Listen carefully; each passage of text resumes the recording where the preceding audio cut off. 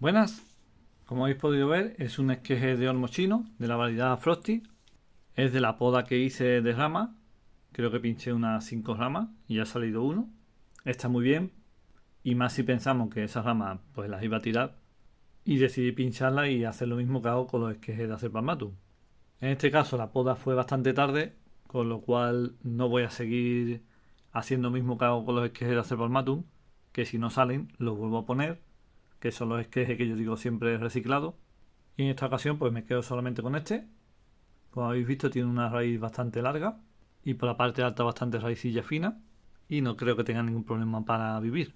Estaba tentado a coger y alambrarlo antes de ponerlo en la maceta y darle movimiento, pero no quería someterlo a ese estrés y prefiero que viva, y ya lo alambraré la próxima temporada cuando quiera darle un poco de movimiento. Quiero asegurarme antes de que tenga bastantes raíces y que esté fuerte.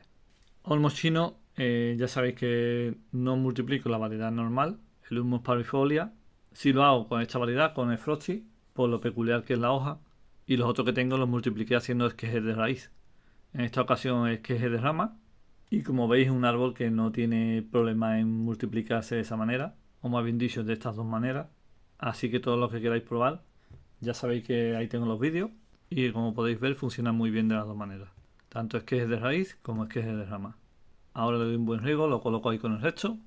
Y como aquí ya está cambiando la temperatura, no creo que tenga que tener ningún, digamos, cuidado especial con él.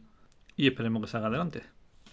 Y este es el vídeo de hoy, el trasplante de este esqueje de olmo chino variedad Frosty. Y ya sabéis, si os gusta mi contenido, dale me gusta, suscríbete, comenta, y para contenido exclusivo trato más personal tenéis la opción de uniros a miembros del canal. Muchas gracias y un saludo.